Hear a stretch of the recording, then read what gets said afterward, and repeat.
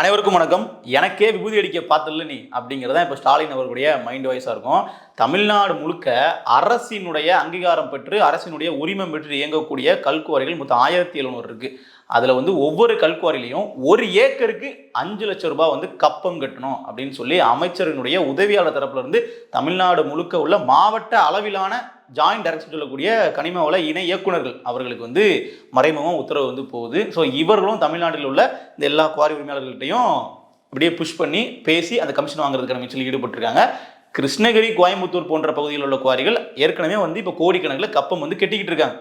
இது ஸ்டாலின் அவர்களுக்கு தெரிஞ்சு நடக்குதா அப்படின்னு நீங்கள் பார்த்தீங்கன்னா இல்லை, தெரியாமல் நடக்குது அப்படிங்கிறதான் ஊடகங்கள் வரக்கூடிய செய்திகளாக இருக்குது. இது எவ்வளோ பெரிய ஸ்கேம் அப்படிங்கிறத நம்ம பார்க்கணும்.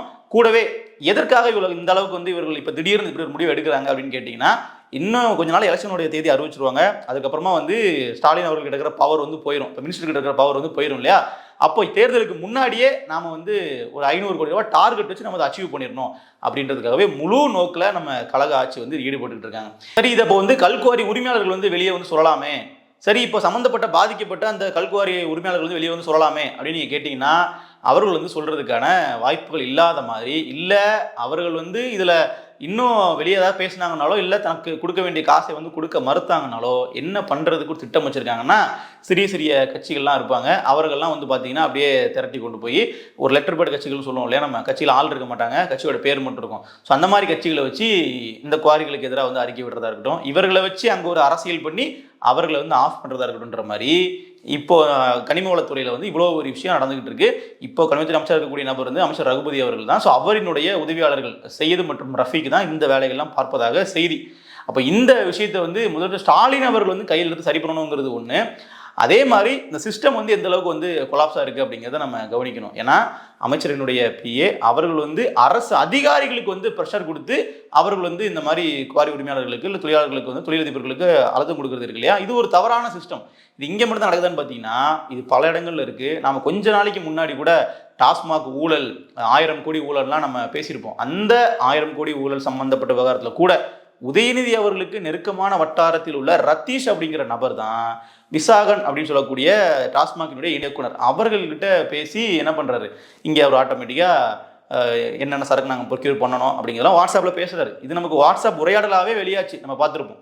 அப்போது ஒரு அரசு அதிகாரி இந்த சிஸ்டமே பார்த்தீங்கன்னா அமைச்சரோ இல்லை முதலமைச்சரோ பண்ணாங்கன்னா பரவாயில்ல, அவர்களுடைய உதவியாளர்களே பண்ண முடியும். அப்படின்னா ஒரு பிரச்சனைனா நம்ம உதவியாளர்கிட்ட போய் நின்னா போதும் நமக்கு கிடைச்சிடும் அப்படிங்கிற ஒரு மைண்ட் செட் மக்களுக்கு வரும். அரசு அதிகாரிகளுக்குமே என்னன்னா நாம இவர்கிட்ட நம்ம சொல்லி ஏதாச்சும் சமாளிச்சுக்கலாம், இல்லை இவர் நினைச்சாருன்னா அமைச்சர் ஒத்துப்பாருங்கிற மாதிரி அந்த அதிகாரத்திற்கும் அரசு அதிகாரிகளுக்குமே இடையில ஒரு சின்ன கேப்பு.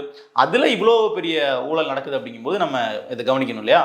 ஸோ இந்த டாஸ்மாக் வச்சு சொன்னதும் அதே தான். இங்கே ரத்தீஷுங்கிற நபர் யாருன்னு கேட்டால் அவருக்கு பேக்ரவுண்டே கிடையாது, அவருக்கு ஒரு பொலிட்டிக்கல் பேக்ரவுண்டே கிடையாது. ஆனால் விசாகன் அவர்கள்கிட்ட அவர் பேசியிருக்காரு. டாஸ்மாகோட எம்டி கிட்ட போயிட்டு அவர் மெசேஜ் பண்ண முடியுது.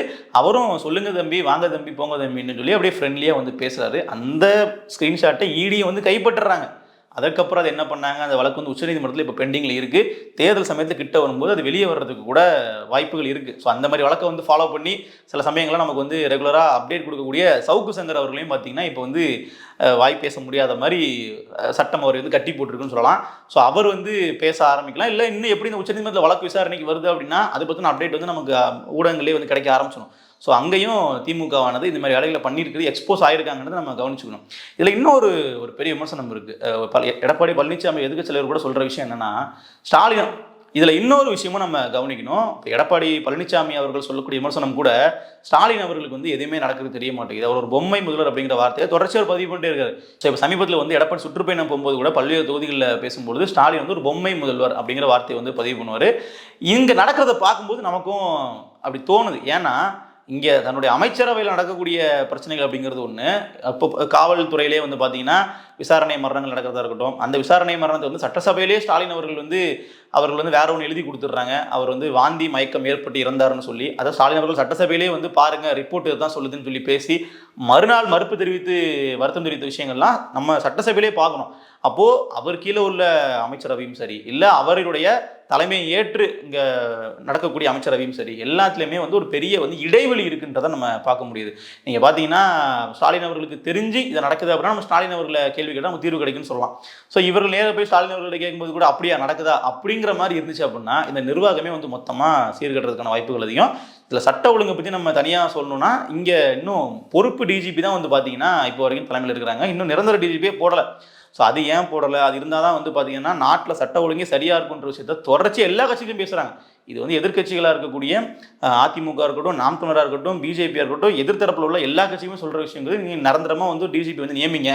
ஏன் வந்து நீங்கள் உங்களுக்கு ஃபேவரான ஒரு ஆஃபீஸரை நீங்கள் போடணுங்கிறதுக்காக வெயிட் பண்ணிட்டு இருக்கீங்களான்ற கேள்வி வருது. நீதிமன்றமே இந்த கேள்வியை வந்து எழுப்பிட்டாங்க. அப்போ இவ்வளோ விஷயங்கள் வந்து இங்கே போயிட்டு இருக்கு. இப்போ ஸ்டாலின் அவர்கள் வந்து தன்னுடைய நிர்வாகத்தில் இந்த அளவுக்கு வந்து கவன குறைபாடாக இருக்காரு அப்படிங்கிறது தெரியக்கூடாதுன்றதுக்காகவே அவருக்கு வந்து பைக் ஓட்டுற மாதிரி ஒரு போஸு, கார் ஓட்டுற மாதிரி ஒரு போஸு, அவர் வந்து வீட்டில் பேப்பர் படிக்கிற மாதிரி, ஜிம்மில் ஒர்க் அவுட் பண்ணுற மாதிரி இதெல்லாம் வந்து ஏன் பண்ணுறாங்கன்னு நினைக்கிறீங்க? இதெல்லாம் பண்ணுறதே வந்து எப்படியாச்சும் மக்களை வந்து கொஞ்சம் அப்படியே லைட்டாக அப்படியே பிரெயின் வாஷ் பண்ணுற மாதிரி. எங்கள் ஸ்டாலின் அவர்களை பாருங்கள், இன்றைக்கி இருக்கக்கூடிய ஜென்சி கிட்ஸுக்கு கொண்டு பிடிக்கிற அளவுக்கு ஆக்டிவாக இருக்காரு, இப்படிலாம் காட்டி இங்கே நடக்கக்கூடிய அந்த நிர்வாக சீர்கேடுகள், நிர்வாக குழப்பங்களை வந்து அப்படியே தவிர்த்து விடுறதுக்கான விஷயங்கள் தான். அரசு அதிகாரிகள் மட்டுமே இங்கே வந்து இது மாதிரி ஒரு கேப் இருக்குது, அவர்கள் வந்து இங்கே ரொம்ப சரியாக நிர்வகிக்க முடியாமல் இருக்காங்கலாம் சொல்ல வரல. திமுகன்ற கட்சிக்குள்ளேயே வந்து பார்த்தீங்கன்னா இந்த விஷயம் ரொம்பவே வந்து பெருசாக தேர்தல் சமயத்தில் வெடிக்க இருக்குது. நீங்கள் பார்ப்பீங்க ஒரு மாவட்டத்துலையுமே அந்த மாவட்ட செயலாளருக்கும் அங்கே உள்ள அமைச்சருக்கும் வந்து பிரச்சனை இருக்குது. அப்புறம் புதுசாக வந்து உதயநிதி கேங்குன்னு சொல்லி உள்ள ஒரு டீம் இறங்கியிருக்காங்களா இளைஞரணிலிருந்து, அவர்களுக்கு 40க்கு மேலே எம்எல்ஏ சீட்டு கேட்குறாங்க. இளைஞரணின்ற ஒரு அமைப்புக்கு மட்டும் 40 மேலே எம்எல்ஏ சீட் ஒதுக்குங்க, நாங்கள் வந்து வெற்றி பெறுவோம் அப்படிங்கிற மாதிரி சொன்னாங்க. ஆனால் இளைஞரை நடத்திய அந்த மாநாடுகளாக இருக்கட்டும், இது வரைக்கும் அவங்க பண்ண எல்லா விஷயங்களுமே பெரிய அளவில் தலைமைக்கு திருப்தி கொடுக்காத போது கூட தன்னுடைய மகன் அவரை நம்ம அடுத்த தலைமையாக கொண்டு வரணும், அதனால் வந்து நம்ம சீட்டு கொடுப்போம் அதிகமாக அப்படிங்கிற மாதிரி ஸ்டாலின் அவர்களும் முடிவெடுத்துருக்காரு. ஸோ இது எல்லாமே வந்து பார்த்தீங்கன்னா ஒரு கட்சி ரீதியாகவும் சரி, ஒரு ஆட்சி ரீதியாகவும் சரி இருக்கக்கூடிய அந்த நிர்வாக குழப்பங்களும் நமக்கு காட்டுது. ரொம்ப வெகு சமீபத்தில் நடந்த விஷயம் நீங்கள் எடுத்துக்கிட்டிங்கன்னா அந்த டிஎன்பிஎஸ்சி குரூப் 2க்கான அந்த தேர்வு ரத்தானது. காலையில வரைக்கும் வந்து அவர்கள் எதையுமே செக் பண்ணாமல் தேர்வு நிலையத்துக்குள்ளே போனதுக்கப்புறம் பதிவன் வேறையா இருக்குது, தேர்வு நிலையம் வேறையா இருக்குன்னு சொல்லி அப்படியே எக்ஸாமே மொத்தமாக கேன்சல் பண்ணுறாங்க. சென்னையில் மட்டும் 3 இடத்துல வந்த ஒரு குழப்பத்துக்கு ஒட்டுமொத்த தமிழ்நாட்டிலையுமே அதை வந்து கேன்சல் பண்ணுறாங்க. ஸோ இந்த அளவில் தான் அவர்களுடைய அந்த ஆட்சி செய்யக்கூடிய முறையும் வந்து இருக்குது. ஸோ இது வந்து ஒரு இடத்துல மட்டும் நம்ம சொல்ல வரல, அரசு அலுவலகங்களாக இருந்தாலும் சரி, இல்லை திமுகன்ற கட்சி பண்ணக்கூடிய விஷயங்களாக இருந்தாலும் சரி, எல்லாமே வந்து இவ்வளோ குழப்பங்களில் தான் போயிட்டுருக்கு. ஆனால் இது எதுவுமே இல்லாத மாதிரி நம்ம ஐயா ஸ்டாலின் அவர்கள் வந்து யூடியூப் சேனலுக்கு வந்து பாட்டெல்லாம் பாடிட்டு இருப்பார். அப்போ அதை பார்த்து நாம் வந்து ஸ்டாலின் எவ்வளோ கரிஸ்மேட்டிக்காக இருக்கார் பாருங்கன்னு சொல்லி ஓட்டு போடணுமா? நிர்வாக ரீதியில் இங்கே இருக்கக்கூடிய சிக்கல்களை பற்றி யாராச்சும் ஒருத்தங்க பேசுகிறாங்க அப்படின்னாலும் அவர்கள் மீது வந்து பார்த்தீங்கன்னா வழக்கு, அவர்கள் மீது வந்து சிறைப்படுத்துதல் அப்படிங்கிற விஷயத்தையே தொடர்ச்சியாக வந்து பண்ணிகிட்டு இருக்காங்க. நீதிமன்றமே கேட்குதுங்க. இப்போ சவுக்கு சங்கர் விஷயத்துலேயே வந்து பார்த்தீங்கன்னா நீதிமன்றமே என்ன சொல்லுதுன்னா, அதை நான் சொல்கிறது எஸ்.எம். சுப்பிரமணியன் அவர்கள் இங்கே சென்னை ஹைகோர்ட்டில் ஃபஸ்ட்டு ட்ரையலில் வந்து அவர் பேசும்பொழுது, ஏன் நீங்கள் திட்டமிட்டு தனி நபர்களை வந்து ஒடுக்க பார்க்குறீங்க அப்படிங்கிற கேள்வியெல்லாம் அவர் வந்து முன் வச்சார். நீங்கள் இவரை பார்த்து நீங்கள் ஒரு அரசு ஏன் வந்து இவரை பார்த்து நீங்கள் பதட்டப்படுறீங்கன்ற மாதிரிலாம் கேட்டார். எவ்வளவோ வந்து வழக்குகள் வந்து போட வேண்டியதாக இருக்குது, அமைச்சர்கள் மேலே எவ்வளோ குற்றச்சாட்டுகள் இருக்குது, அதெல்லாம் பெண்டிங்கில் இருக்கும்போது இதை எதுக்கு நீங்கள் வந்து இவ்வளோ சீரியஸான விஷயமா எடுக்கிறீங்கலாம் கேட்டிருந்தார். இது எல்லாத்துக்கும் ஆரம்ப புள்ளி நீங்கள் கவனித்து பார்த்தீங்கன்னா ஒரு 4 வருஷம் அப்படி நீங்கள் டைம் ட்ராவல் பண்ணி பின்னாடி போய் பார்த்தீங்க அப்படின்னா ஒரு சின்ன ஒரு மீம் போட்டதுக்கு முதல்ல ஒரு கைது பண்ணாங்க. அதாவது ஒன்றுமே இல்லை, பழனிவேல் தியாகராஜன் அவர் வந்து ஒரு பட்ஜெட் ஒன்று வாசிக்கிறாரு, அப்புறம் தகுதி வாய்ந்த பெண்களுக்கு மட்டும் 1000 ரூபாய்ன்னு சொல்லி சொன்னதுக்கு ஒரு நபர் வந்து மீம் போடுறாரு.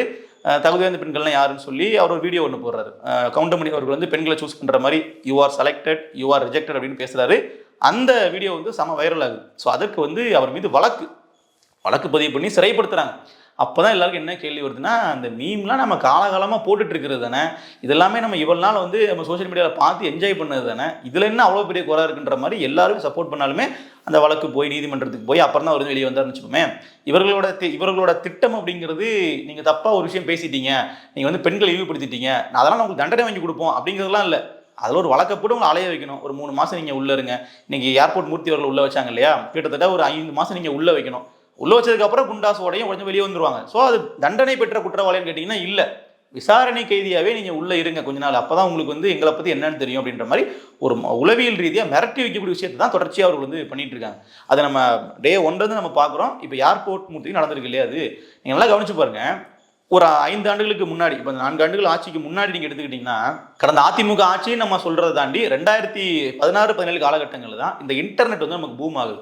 அப்போ தான் வந்து ஜியோ உள்ளே வருது, நம்ம யூடியூப்லாம் அதிகமாக பார்க்குறோம். அந்த ட்ரோலு மீம்ஸ்லாம் அப்போ தான் நமக்கு வந்து அப்படியே ட்ரெண்ட் ஆகுது அதிகமாக. அந்த டைமில் தான் அந்த மீம்ஸு ட்ரோல் வீடியோஸ்லாம் நமக்கு வருது. அப்போ நீங்கள் அரசியல் அரட்டை மாதிரியான வீடியோக்களாக இருக்கட்டும், அரசியல் சட்டையர் பண்ணுறது, இல்லை நார்மலாக வந்து சினிமா கிளிப்ஸை யூஸ் பண்ணி வந்து மீம் போடுறதா இருக்கட்டும், இதெல்லாம் வந்து எக்கச்சக்கமாக இருக்கும், அரசியல் ரீதியாகவே இருக்கும். ஸ்டாலின் அவர்களை, அப்புறம் கலைஞர் கருணாநிதி அவர்களை, ஜெயலலிதா அவர்களை, எடப்பாடி அவர்கள்னு எல்லாருமே பாரபட்சமின்றி விமர்சனம் பண்ண முடியக்கூடிய ஒரு சூழல் இருந்துச்சு அந்த சமயத்தில். இது உண்மை. நீங்கள் ரொம்ப யோசிக்கணும்னு தேவையில்ல. கோபி சுதாகரோட வீடியோ மெட்ராஸ் சென்ட்ரலில் இப்போவும் இருக்கும். அது எப்படி இருக்குன்னு போய் பாருங்கள். திருமாவளவனை வந்து கலாய்ச்சிருப்பாங்க, சீமான் அவர்களை கலாய்ச்சிருப்பாங்க, ஸ்டாலின் அவர்களை கலாய்ச்சிருப்பாங்க, அன்புமணி அவர்கள்னு ஒரு பொலிட்டிக்கல் சட்டையர் வீடியோவே தொடர்ச்சியாக பண்ணிகிட்டே இருப்பாங்க. அது மக்கள்கிட்ட வந்து பார்த்தீங்கன்னா ஒரு செய்தியாகவும் போய் சேரும். இதை வந்து அவர் மக்கள் பார்க்கும்போது என்ன நினைப்பாங்க, ஒரு சிரிக்கக்கூடிய வீடியோன்றதை தாண்டி சிந்திக்க வைக்கிற வீடியோவும் இருக்கும். நாம் தமிழர் கட்சியினரே பல பேர் சீமானோட வீடியோவை சிரிப்பாங்க. இருக்கு, அவங்க உள்ளது தானே சொல்கிறாங்க, அவர் பேசும்போது இப்படி கையசைக்கிறதா இருக்கட்டும், கத்துறதா இருக்கட்டும், இதெல்லாம் வந்து நகைச்சுவையாக பார்க்குறதுக்கு யோசிக்கிறது இல்லை. அவர் ஓகே விமர்சனம் பண்ணால் பண்ணிக்கங்க, இதெல்லாம் ஒன்றும் தப்பு இல்லைங்கிற மாதிரி ஜனநாயகத்தன்மையோடு வந்து கட்சியினரை எடுத்துக்கும் போது. ஆனால் திமுக ஆட்சி வந்ததுக்கு பின்னாடி அப்படியே டோட்டலாக மாறுது. ஸ்டாலின் அவர்கள் விமர்சனம் பண்ணி ஒரு வீடியோ கூட நீங்கள் இப்போ சமூக வலைதளங்களில் போட முடியாது. நீங்கள் அவரோட புகைப்படம் பயன்படுத்துறீங்க அப்படின்னாலும் அதாச்சும் மார்ஃபிங் பண்ணி போட்டிங்கன்னா அது ஒரு வழக்கு பதிவு பண்ண அளவுக்கு அவர்கள் வந்து போயிடுவாங்க. நீங்கள் எப்படி ஒரு நாட்டினுடைய முதலமைச்சர் எப்படி பண்ணலாம் அப்படின்னு கேட்பாங்க. ஆனால் அதே திமுக தரப்பில் உள்ள அந்த யூடியூபர்ஸ் இருப்பாங்க இல்லையா, அவர்கள் ஒரு ஐடி விங் வச்சுருப்பாங்க. அவர்கள்லாம் வந்து பார்த்தீங்கன்னா போடுற வீடியோக்கள்லாம் மற்ற கட்சியினுடைய தலைவர்களை ரொம்ப ஆபாசமாக சித்தரித்து போடுவாங்க. அப்படியே கொச்சையான வார்த்தைகளே தலைப்பில் வைப்பாங்க. ஆனால் அவர்களுக்கு வந்து எந்த சிக்கலும் வந்து வருமானா வராது. ஸோ அதுதான் இந்த பாரபட்சம் நான் சொல்கிறது. இப்போ திமுக வந்ததுக்கப்புறம் ஒரு ஸ்டாண்டர்ட் செட் பண்ணிட்டாங்க, எந்த ஒரு அரசியல்வாதியை பற்றியும் தவறாக பேச முடியாத ஒரு சூழல் உருவாக்கிட்டாங்கன்னா அது வேற. திட்டமிட்டு திமுக வேறு பேசக்கூடாது. ஆனால் நீங்கள் வந்து பார்த்தீங்கன்னா எல்லாத்துக்கும் நீங்கள் ஆட்பட்டு தான் ஆகணும், நாங்கள் உங்களை என்ன வேணாலும் பேசலாம், நீங்கள் கேட்டு தான் ஆகணும் அப்படின்ற வைக்கக்கூடிய ஒரு சூழல் தான் இப்போது உருவாயிருக்கு. இதையும் நம்ம எதிர்த்து பேச வேண்டியதாக இருக்குது. ஸோ ஒரு ஜனநாயக ரீதியிலையுமே நமக்கு ஒரு உரிமை பறிக்கப்பட்டிருக்கு. அதே சமயத்தில் இங்கே வந்து பலவிதமான ஊழல் நடந்துகிட்டு இருக்கு. இது ஸ்டாலின் அவர்களுக்கு தெரியாமையே நடக்கிற சம்பவம் கூட இங்கே நடக்குதுங்கும் போது தான் நமக்கு வந்து இந்த ஆட்சியின் மேலே ஒரு கேள்வி ஏற்படுது. இது சரியில்லையே, இது வந்து நீங்கள் தெரிஞ்சு பண்ணால் கூட பரவாயில்ல, தெரியாமே நீங்கள் பண்ணுறீங்கன்னா இந்த சிஸ்டமே வந்து தப்பாக இருக்குது அப்படிங்கிறத நம்ம சொல்ல வேண்டியதாக இருக்குது. ஸோ முதலமைச்சர் ஸ்டாலின் அவர்கள் இதில் தலையிட்டு நடவடிக்கை எடுக்கணும் அப்படிங்கிறத நம்மளோட கோரிக்கையாக வைக்கணும். நன்றி.